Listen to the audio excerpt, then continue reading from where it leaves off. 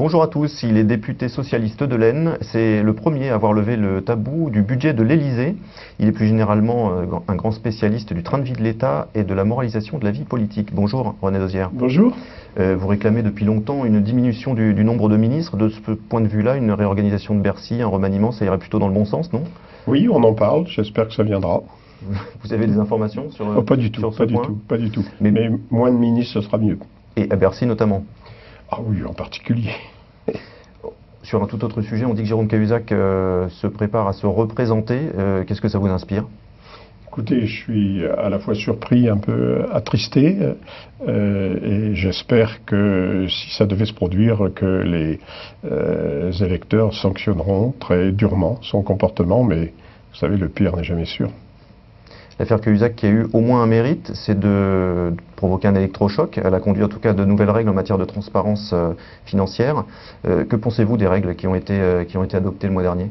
Écoutez, ça va dans la bonne direction. On en parlait déjà il y a une vingtaine d'années. Hein. Et donc, je crois que si on l'avait fait plus tôt, on éviterait un peu tous ces chocs. Hein. Les politiques doivent éclaircir leur rapport à l'argent.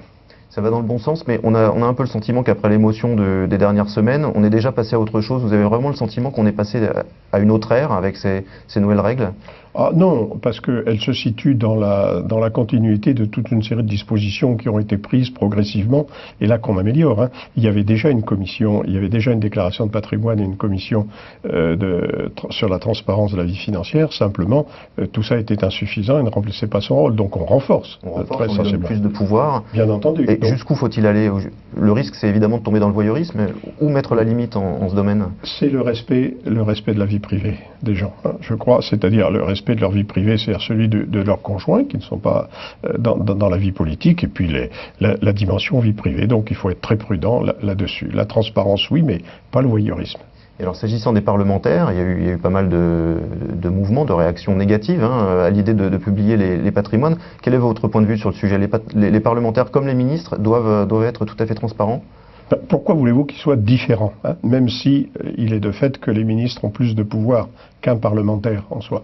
Mais il n'y a aucune raison, si vous voulez, que les parlementaires ne puissent pas afficher, je dirais, leur patrimoine. C'était une des premières revendications des premiers parlementaires en 1792. Oui, on en est encore là aujourd'hui. Oui, voilà. Alors je le disais en vous présentant, vous avez contribué à lever le voile sur le budget de la présidence de la République. Sur ce point-là, François Hollande, comme ses prédécesseurs, joue le jeu? Ah, tout à fait. Comme ses deux prédécesseurs, je devrais le préciser, parce que ça ne date pas de si longtemps que ça.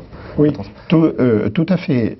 D'abord sur le plan de la transparence. Hein, maintenant, il est clair que les réponses sont fournies beaucoup plus facilement, y compris d'ailleurs aux journalistes et aux députés. On l'a vu récemment avec notamment le coût de la conjointe du chef de l'État.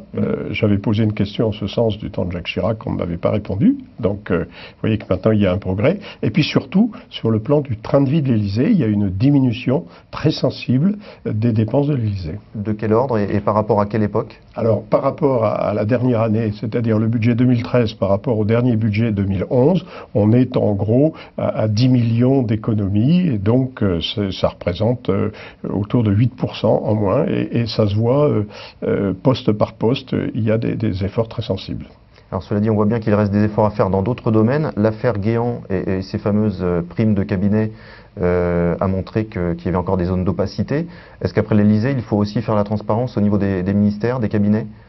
Oui, en principe, il n'y a plus de primes, je dirais, de cabinets distribués en espèces, sauf dans l'esprit de Claude Guéant, hein, qui date un peu.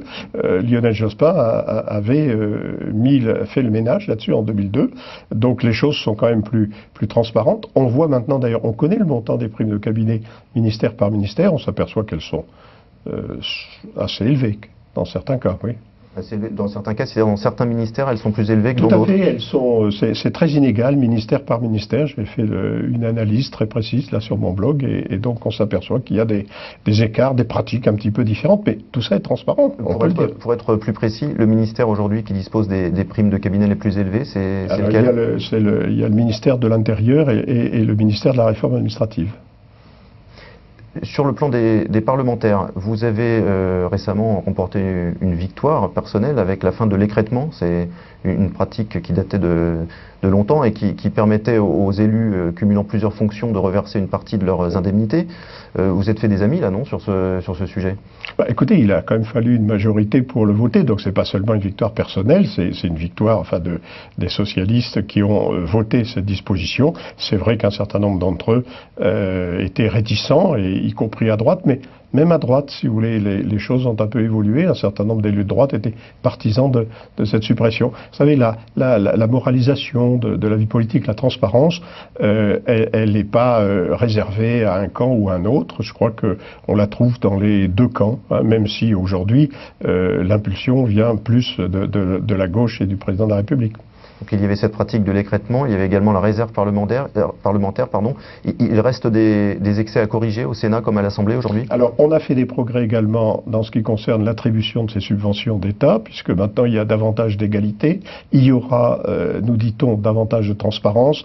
Simplement, je pense que, étant donné la dissémination de ces subventions, peut-être leur utilité, les critères d'attribution sont peut-être sujets à caution, et je crois que l'opinion publique ne le comprend pas aujourd'hui, alors il vaudrait peut-être mieux la supprimer. D'une façon générale, sur ces sujets, vous avez le sentiment d'être un peu seul au sein des parlementaires?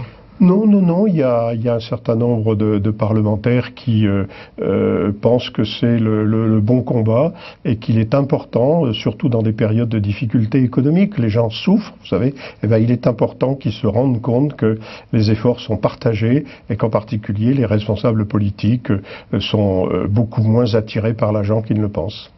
Merci beaucoup René Letière, à bientôt.